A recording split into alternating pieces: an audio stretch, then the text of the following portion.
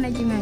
Fungsi manajemen merupakan suatu proses kegiatan yang saling berkesinambungan dan berurutan dalam pelaksanaan kegiatan manajemen untuk mencapai tujuan organisasi. Dalam sebuah organisasi terdapat berbagai tahap dalam fungsi manajemen.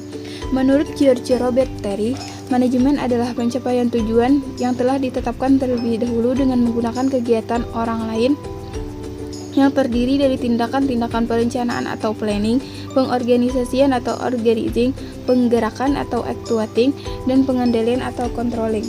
Tujuan perusahaan bermacam-macam, tergantung dari jenis perusahaan yang didirikan.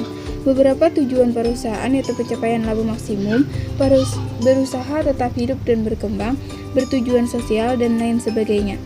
Agar tujuan tersebut dapat dicapai secara efisien dan efektif, kegiatan perusahaan perlu diatur dengan baik.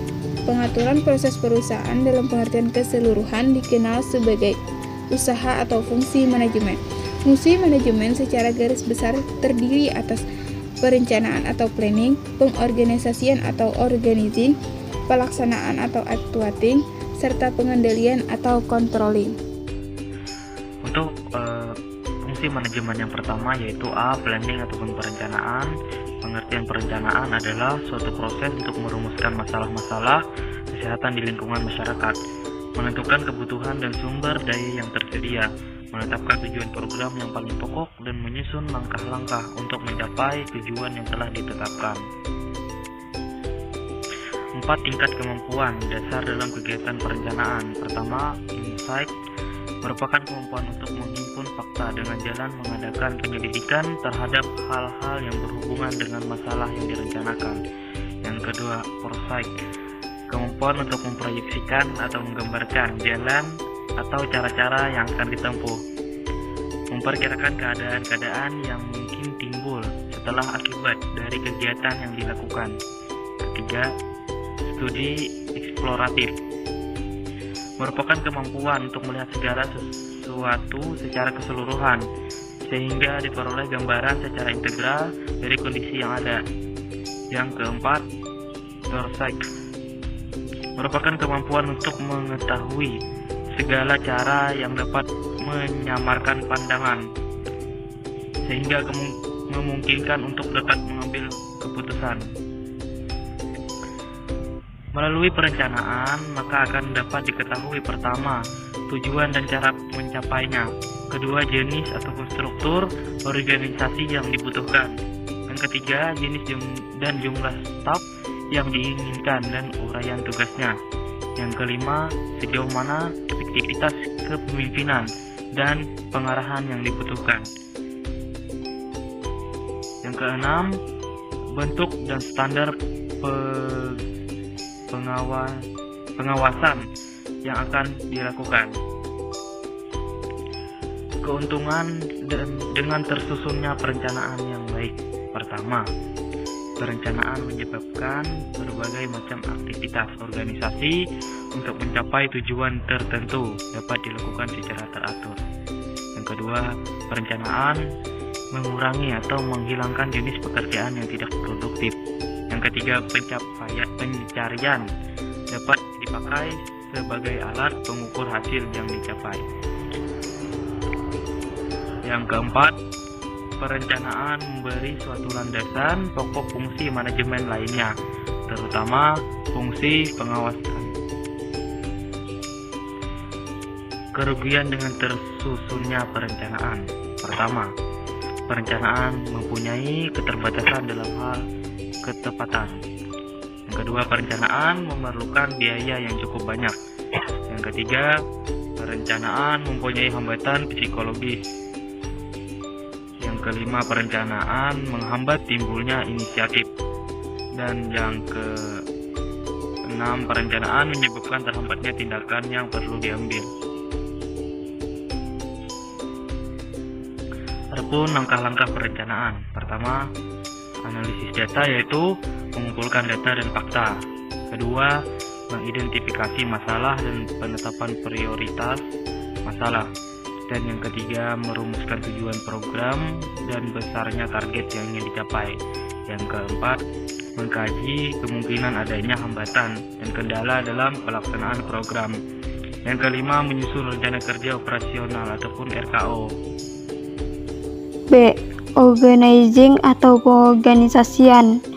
Pengertian pengorganisasian adalah suatu langkah untuk menetapkan, menggolong-golongkan, dan mengatur berbagai macam kegiatan, penetapan tugas-tugas dan wewenang seseorang, dan pendelegasian wewenang dalam rangka mencapai tujuan.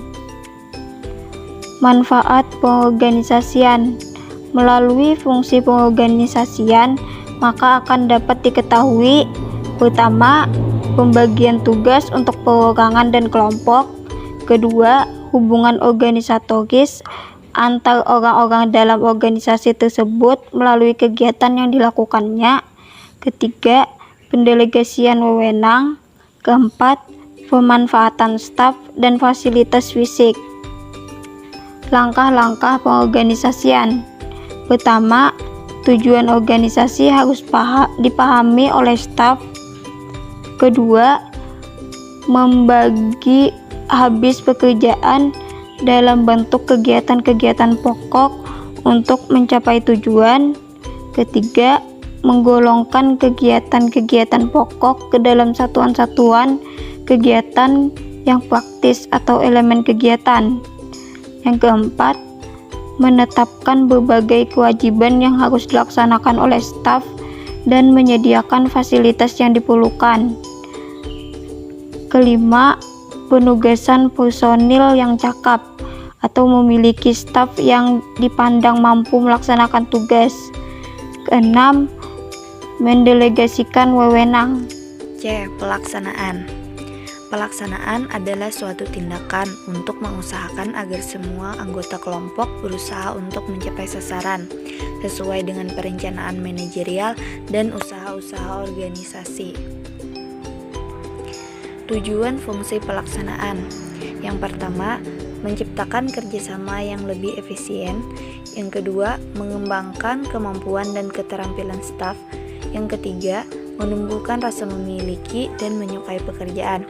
Yang keempat, mengusahakan suasana lingkungan kerja yang meningkatkan motivasi dan prestasi kerja staf. Yang terakhir, yaitu membuat organisasi berkembang lebih dinamis. D. Controlling atau pengendalian. Fungsi ini memiliki kaitan yang erat dengan ketiga fungsi lainnya, terutama fungsi perencanaan. Melalui fungsi pengendalian, standar keberhasilan selalu harus dibandingkan dengan hasil yang telah dicapai atau mampu dikerjakan. Prinsip pengawasan. Pengawasan yang dilakukan harus dimengerti oleh staf dan hasilnya mudah diukur. Dua, fungsi pengawasan merupakan kegiatan yang amat penting dalam upaya mencapai tujuan organisasi. Yang ketiga, standar unjuk kerja yang akan diawasi perlu dilaksanakan kepada semua staf. Standar pengawasan. Ada dua jenis standar pengawasan. Yang pertama, norma. Norma didasarkan atas pengalaman masa lalu dalam pelaksanaan program yang sejenis atau dalam situasi sama. Yang kedua, kriteria.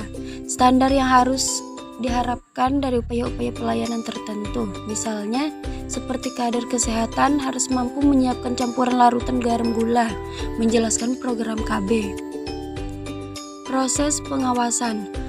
Yang pertama, mengukur hasil atau presentasi yang telah dicapai. Yang kedua, membandingkan hasil yang telah dicapai dengan tolak ukur atau standar yang telah ditetapkan sebelumnya.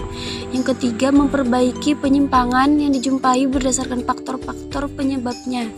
Kemudian, menetapkan langkah-langkah untuk mengatasinya. Manfaat pengawasan. 1. Dapat diketahui apakah suatu kegiatan telah dilakukan sesuai dengan standar atau rencana kerja dengan menggunakan sumber daya yang telah ditetapkan. 2. Dapat diketahui adanya penyimpangan pada pengetahuan dan pengertian dalam melaksanakan tugas-tugasnya. 3. Dapat diketahui apakah waktu dan sumber daya lainnya telah mencapai kebutuhan yang telah digunakan secara benar. Yang keempat, dapat diketahui sebab terjadinya penyimpangan. Yang kelima, dapat diketahui staf yang perlu diberikan penghargaan atau bentuk promosi dan latihan lanjutan. Beberapa gejala yang memerlukan pengawasan dan pengendalian. 1. Terjadinya penurunan pendapatan dan tidak jelas apa penyebabnya. 2. Penurunan kualitas pelayanan atau adanya keluhan pelanggan. Yang ketiga, ketidakpuasan pegawai atau keluhan produktivitas turunnya. Yang keempat, biaya yang melebihi anggaran. Yang kelima, tidak terorganisasinya pekerjaan dengan baik. Terus langkah-langkah dalam proses pengawasan, yaitu menetapkan standar dan metode penilaian kinerja. Terus penilaian kinerja, terus kesesuaian pencapaian standar kinerja. Ada tujuan dan tercapai. Terus pengambilan tindakan koreksi dan melakukan evaluasi ulang atau standar yang telah ditetapkan.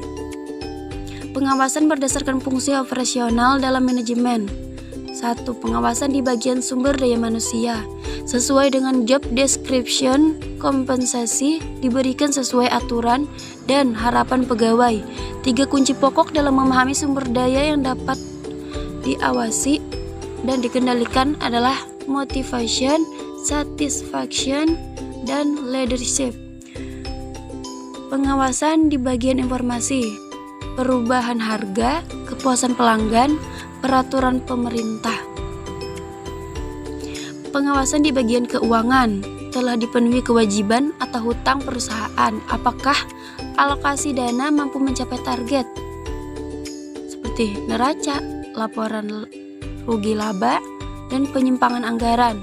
Analisis rasio keuangan atau rasio likuiditas, rasio leverage, rasio profitabilitas. Pengawasan di bagian pemasaran, bagaimana perusahaan mampu mengidentifikasi keinginan dan kebutuhan pelanggan demi pemuasan pelanggan secara efektif dengan 4P. Pengawasan di bagian operasi dan produksi, bagaimana sistem produksi atau operasi dari mulai